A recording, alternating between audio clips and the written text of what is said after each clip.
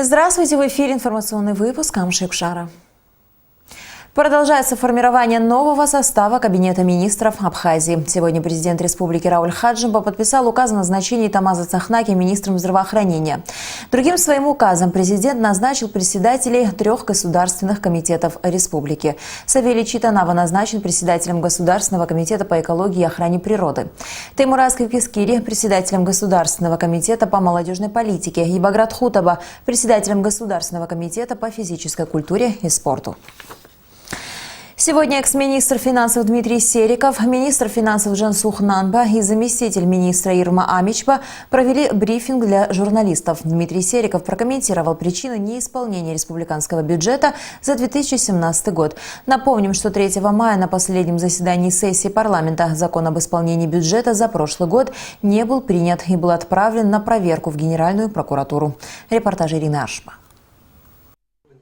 В начале брифинга Дмитрий Сериков напомнил журналистам об основных параметрах неисполнения республиканского бюджета за 2017 год, подчеркнув, что за отчетный период невыполнение доходов составило 376 миллионов рублей. Если проследить ситуацию с исполнением бюджетов за все послевоенные годы, то это скорее закономерность, чем исключение, отметил экс-министр. На протяжении всей истории, современной истории Республики Абхазия, если вы поднимете все отчеты об исполнении бюджета, ни один бюджет, как по доходу, как по расходам, исполнен не был. Всегда есть расскажение, по-другому быть не может. И это касается не только Республики Абхазия, это касается любой другой страны. Если бы можно было досконально планировать и исполнять бюджет с точностью до 0,1, 100%, как по доходам, по расходам, это бы называлось не планирование, не прогнозирование, а подгон под факт. Такого не бывает. Если вы посмотрите другие страны, везде это происходит.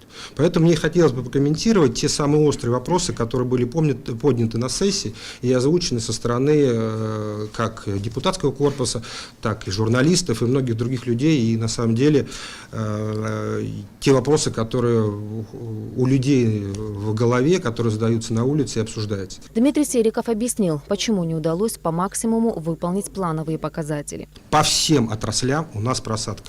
И просадка связана в чистом виде по причине неприезда туристов. Ни одной отрасли нету, которая бы сработала по планам условно установленных государством. Но если провести просто параллель с предыдущими годами, такого туристического сезона, как в 2017 году, в нашей стране не было. И это не могло не сказаться на тех доходах, которые получал бюджет. Это что касается невыполнения наших собственных доходов на 370 миллионов. Причем отдельно хочу сказать, мы не выполнили плановые показатели по доходам по торговле, по связи, по туристической сфере, по гостиницам, по всем. Отдельно уже говорили про рыбную отрасль. Это самый худший год, что касается рыбной отрасли. Практически путины не было. И мы не досчитались в бюджете порядка 150-200 миллионов из-за рыбной отрасли. Поэтому, естественно, это все сказалось на наших доходах. Но при всем при этом все социальные обязательства, в первую очередь, это зарплаты, социальные выплаты и пенсии, они были выполнены в полном объеме. Основные претензии депутатов в отношении Министерства финансов касались неисполнения бюджета по расходной части. В частности, неизрасходованных порядка 1 миллиарда 200 миллионов рублей. Из них 800 миллионов в конце 2017 года находились на счетах Нацбанка, а 376 миллионов и есть те самые невыполненные собственные доходы, пояснил Сериков. Экс-министр подробно рассказал о структуре и распределении данных средств. Из 800 миллионов, которые находились на счетах собственных средств республики, состояло только 40 миллионов. 760 миллионов – это целевые деньги, которые были переведены из Российской Федерации в Республику Абхазия, которые являются целевыми на конкретные цели, конкретные мероприятия.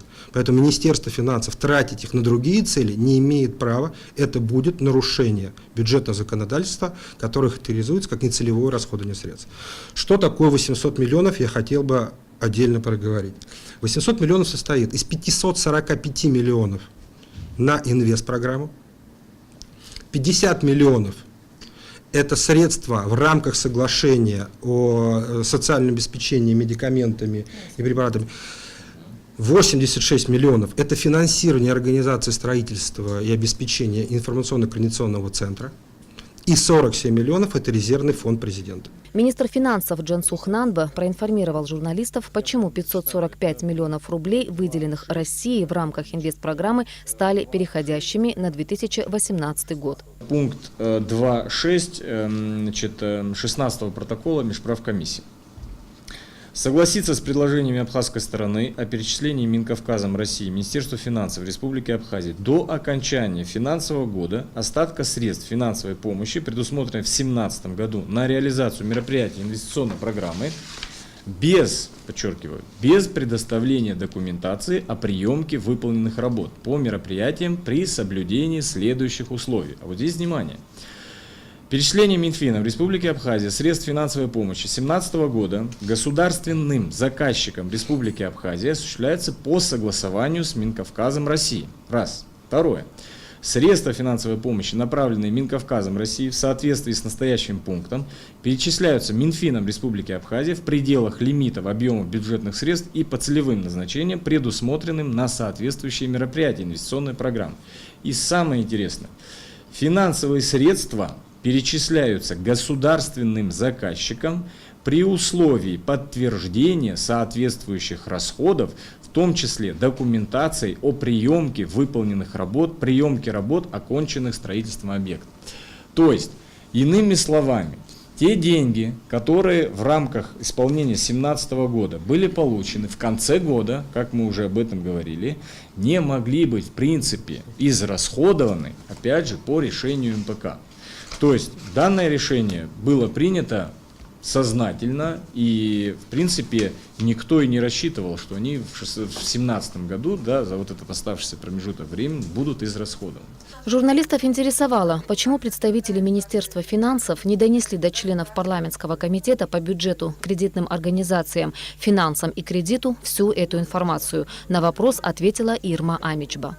В рабочем порядке мы обсуждали эти все вопросы, которые предъявляла нам контрольная палата. Тоже по всем вопросам с председателем комитета озвучивала она мне вопросы, и исчерпывающие ответы были даны. Что она и сама мне дала объяснение, что контрольная палата немножечко в своих выводах, была, недостоверную информацию представила в комитете. При внесении изменений в бюджет 2017 года дефицит бюджета действительно вырос, но это не на сумму резервного фонда, это на сумму остатка переходящего, который был до 1 января 2017 года. Мы обязательно должны были отразить целевые остатки, и при внесении изменения нами было это сделано. На сумму эту 311 миллионов, в том числе инвестпрограмма, был увеличен дефицит. Почему? Объясню. Потому что при изменении в доходной части сумма остатков, в доходную часть она не попадает. Она только отражается в расходной части бюджета республиканского. В завершении брифинга Дмитрий Сериков отметил, что несмотря на сложившуюся ситуацию, он рад, что главный законодательный орган страны стал уделять больше внимания бюджетному процессу, так как, по его мнению, залог успеха финансовой деятельности – это прозрачность. Информация должна быть доступна всем, и только в этом случае не будет подобных ситуаций, отметил в завершении Дмитрий Сериков. Ирина Аршба, Роберт Ломия, Беслан Джинджолия, Абхазское телевидение. Расширенный репортаж с брифинга смотрите в нашей программе сегодня.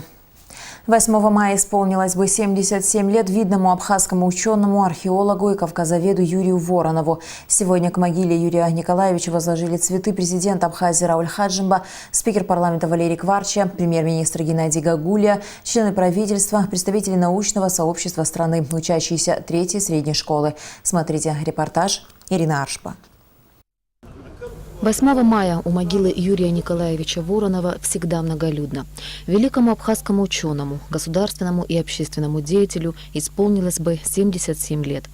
Невозможно переоценить вклад Юрия Воронова в исследование доисторических, античных и средневековых древностей Абхазии, в том числе Киласурской стены.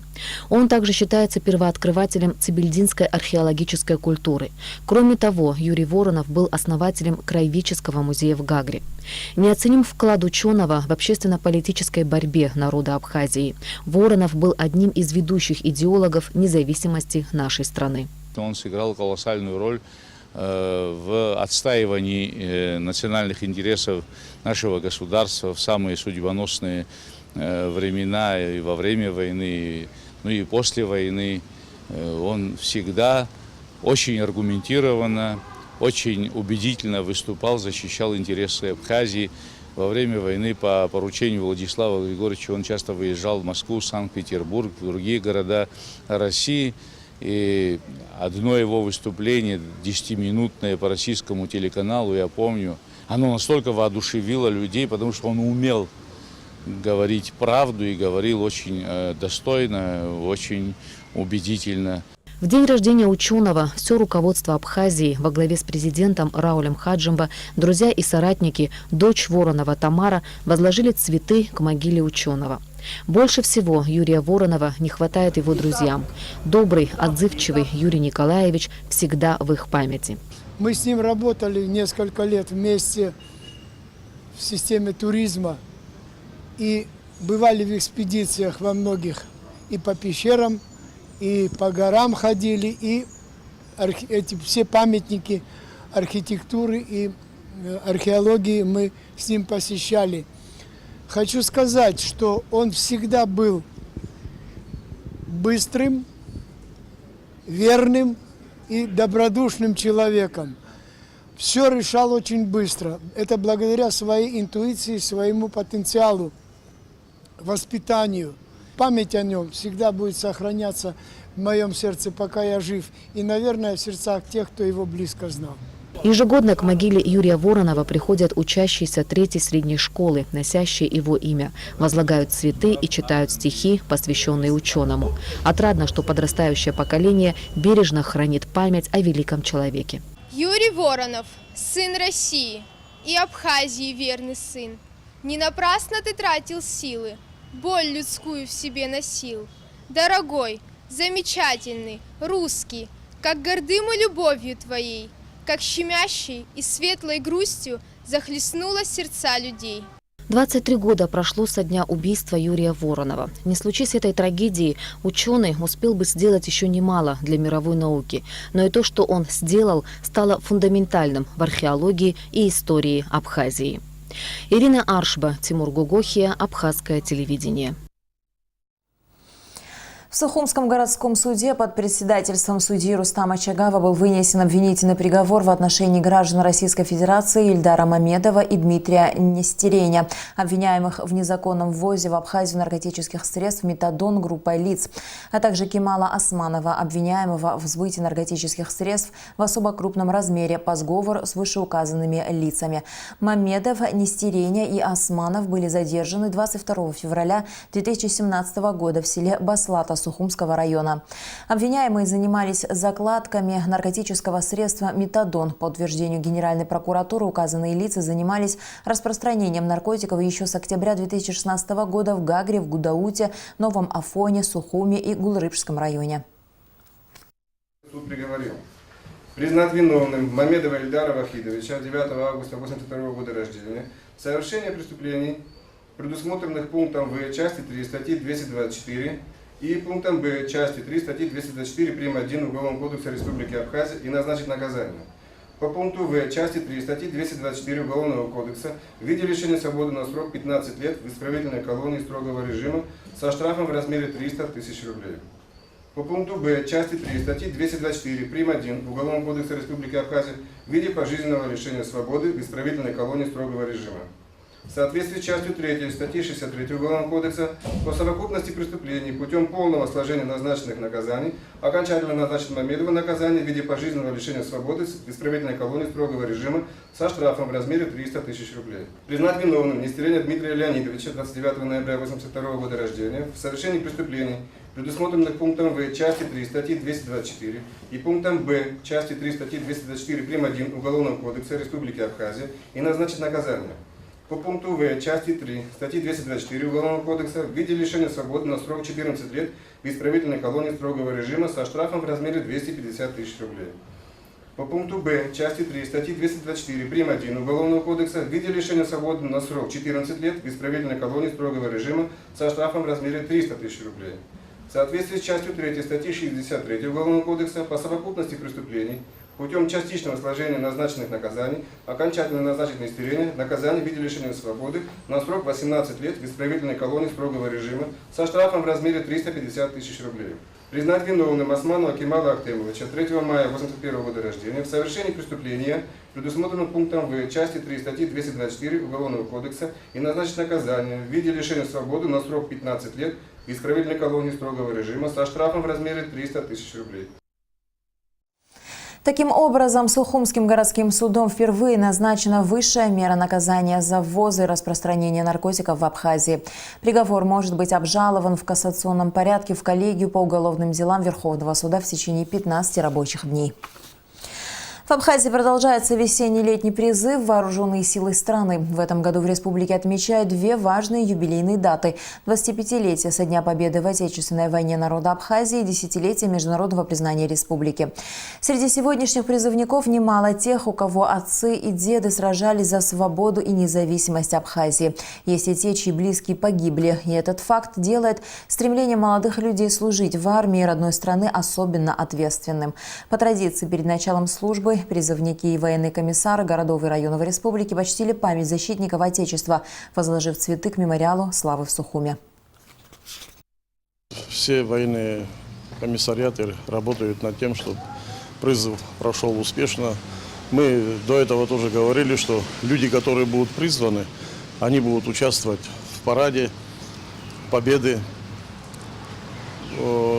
Призыв идет организованно, нормально. Я думаю, что мы выполним все эти поставленные задачи Министерством обороны и министром.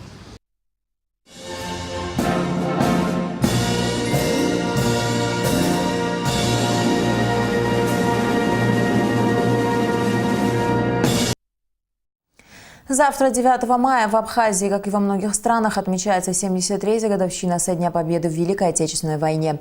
Во всех городах и районах страны пройдут праздничные мероприятия. В столице они начнутся в 11 утра с возложения цветов к памятнику неизвестному солдату и митинга, за которым последует торжественный военный марш подразделений Минобороны Абхазии и российских военных. Уже стала традицией акция «Бессмертный полк», которая пройдет и в этом году. Кроме того, для гостей и жителей столицы на набережной у памятника неизвестному солдату будет организована полевая кухня, а вечером всех пригласят на концерт военных песен в Абхазскую государственную филармонию. В канун 73-й годовщины со Дня Победы посольства России в Абхазии, Ассоциация женщин-инвалидов Отечественной войны народа Абхазии и компания сотовой связи «Амобайл» организовали праздничный прием для ветеранов Великой Отечественной войны, ветеранов войны народа Абхазии в российском посольстве. О том, как прошла встреча, расскажет Рената Шакая. Встреча ветеранов двух войн стала уже традиционной в канун Дня Великой Победы. На прием съезжаются ветераны из всех районов республики и Сухума. Победа, когда кончилась война, а я был уже здесь, в Абхазии. Выписали меня из госпиталя и направили сюда, в Абхазию.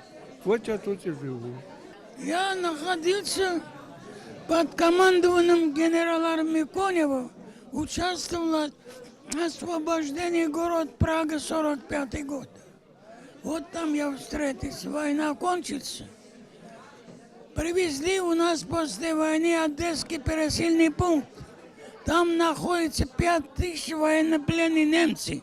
Отправка идет Белоруссия, Украина, Северный Кавказ, Средняя Азия, Прибалтика и Абхазия. Я попал 25 тысяч военнопленных немцев Абхазии. До 1948 года немцы здесь работали, дорогу делали от Чадара, мост, все это, я охранял их. И я остался здесь. Ветераны знают, что такое война, так как сами прошли через нее, и именно поэтому у них особенные отношения друг к другу, старшим товарищам и к самому празднику. Ветераны, сердечно хочу я вас поздравить от всего медико-санитарного батальона. Здоровья вам, счастья вам, настолько вас стало мало. Живите и радуйтесь. Ваш возраст, дай Бог, чтобы мы смогли дожить до вашего возраста. Столько вы перенесли. Что можем мы вам пожелать? Здоровья вам, еще раз здоровья. С праздником вас! С Днем Победы поздравляю всех в мире, чтобы больше не было войны. Это очень много значит. Их мало осталось уже. Вот мой папа тоже Балтийский флот воевал в Буква. И эта война касалась, и той войны тоже прикасалась. В общем, желаю, чтобы больше не было войны, чтобы дети, у всех детей, чтобы голубое небо, чтобы мирно было, чтобы дружно жили во всем мире. Как отмечают представители компании «Амобайл», главная цель – уникальная встреча двух поколений ветеранов, не забывать об ужасах войны и делать все, чтобы подобное не повторилось никогда. Традиционная встреча ветеранов двух войн носит для нас особый характер. Это мероприятие уже имеет свою историю. Каждый год мы ждем этой встречи, чтобы в очередной раз успеть сказать спасибо великим людям, которые подарили нам возможность жить в свободной и мирной стране. В преддверии великого праздника хочу от лица компании «Амобайл» поздравить всех ветеранов, пожелать им крепкого здоровья и долгих лет жизни. Мы гордимся вами. Низкий вам поклон. Для ветеранов двух войн была организована праздничная программа, звучали песни военных лет. Мне кажется порой, что солдаты с кровавым не пришедшие бои не в землю нашу полегли когда-то, а превратились в белых журавлей. Рената Шакай, Тимур Гугохи, Абхазское телевидение. Накануне 9 мая все спешат поздравить ветеранов Великой Отечественной войны. Звучат теплые слова, пожелания здоровья, долгих лет жизни и благодарность за победу. В преддверии 73-й годовщины Победы ветераны принимают поздравления и подарки. Сегодня представители администрации города Сухум побывали в каждом доме, где живет участник войны. Их у нас в городе осталось всего 9 человек. Нонна Ивановна, с очередной годовщиной Победы вас. Здоровья вам! Нонна Ивановна, от имени администрации города, от имени главы поздравляем вас. Всего 9 ветеранов Великой Отечественной войны проживают на сегодняшний день в Сухуме. А ведь еще 2 года назад их было 37 человек. У каждого за спиной удивительная история жизни, смелого, непокоренного, трудолюбивого человека. Боевой путь Нонны Дорофеевой начался в Кутаиси. В составе батальона авиаобслуживания еще совсем юная она дошла до Берлина.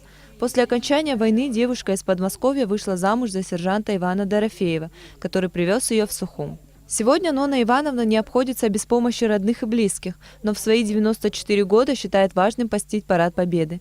Ветераны ждут этого праздника с особым трепетом, надевают пиджаки с боевыми наградами, вспоминают боевых товарищей.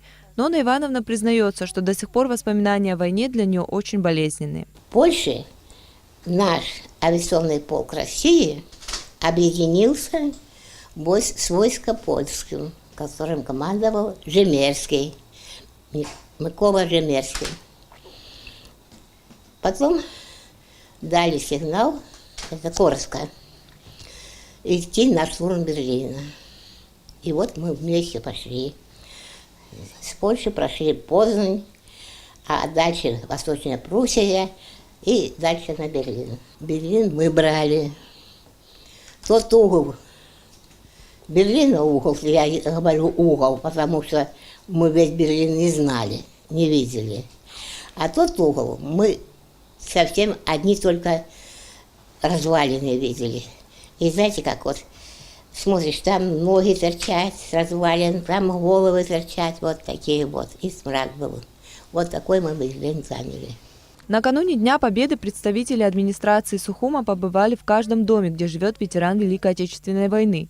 Валентина Шульгина встречает гостей у порога. За проявленное мужество в боях за Сталинград Валентина Ефимовна награждена медалью за отвагу и орденом Красной Звезды за Курско-Орловскую битву. Прошла с боями Белоруссию, Польшу, Чехословакию, Кёнигсберг, а затем Берлин. Сегодня Валентина Ефимовна Шульгина единственная оставшаяся в живых в Абхазии участница Сталинградской битвы. Ветеран живет в Сухуме в небольшом аккуратном домике с приусадебным участком, за которым в свои 96 лет ухаживает самостоятельно, сажает овощи и цветы.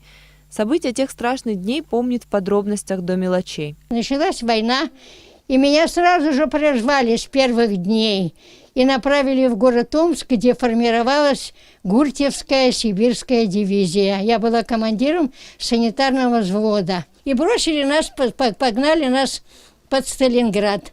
А уже наших отогнали за Дон.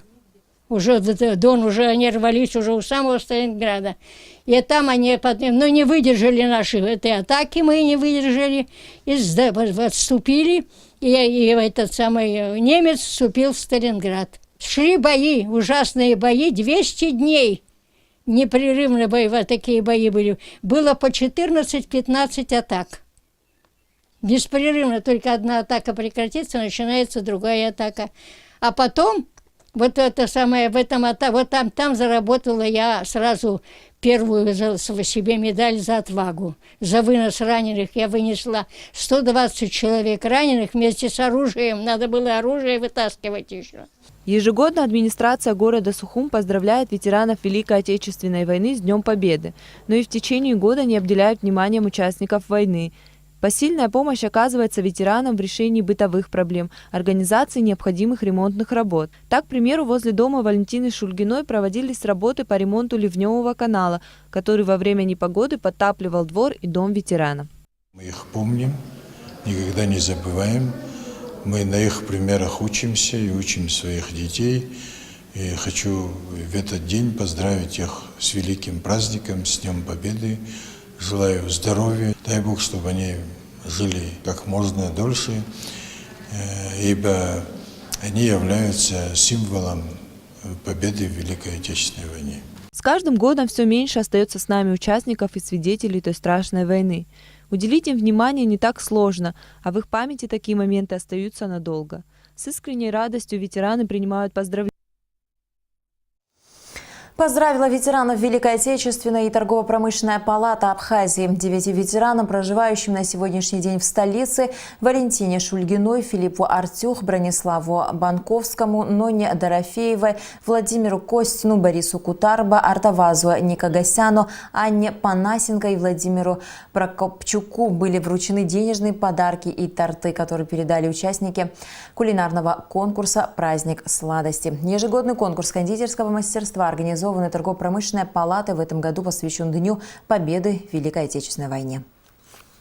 Руководство торгово-промышленной палаты искренне поздравляет наших ветеранов, желает им добра, здоровья.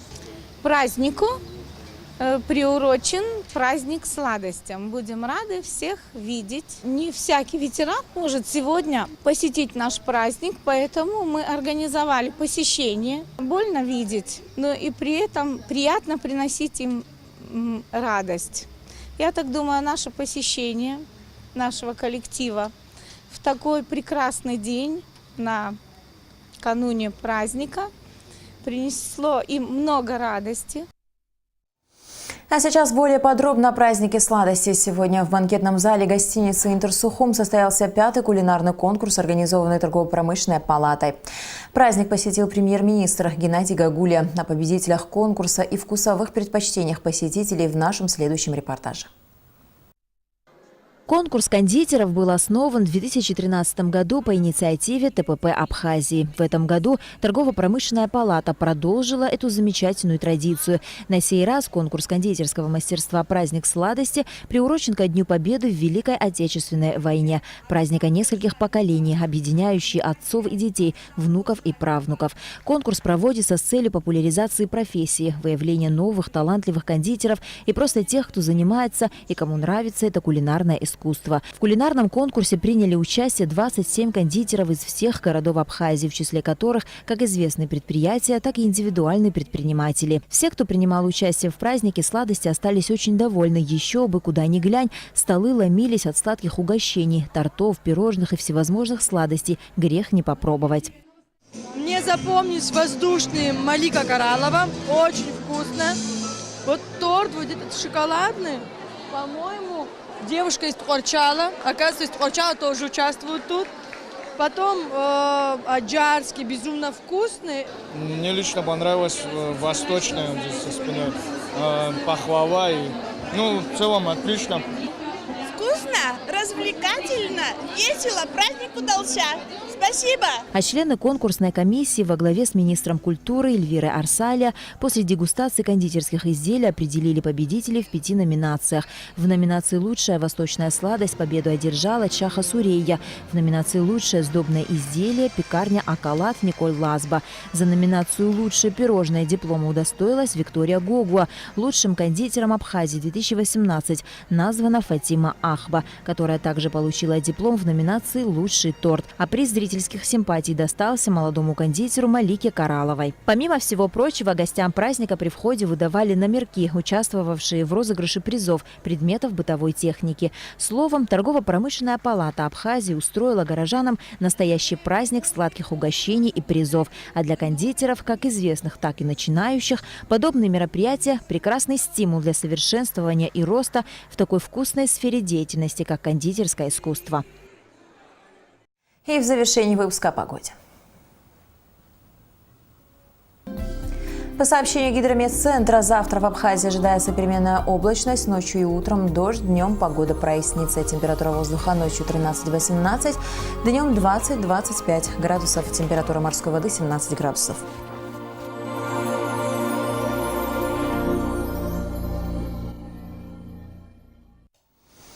На этом наш выпуск завершен. До скорых встреч в эфире.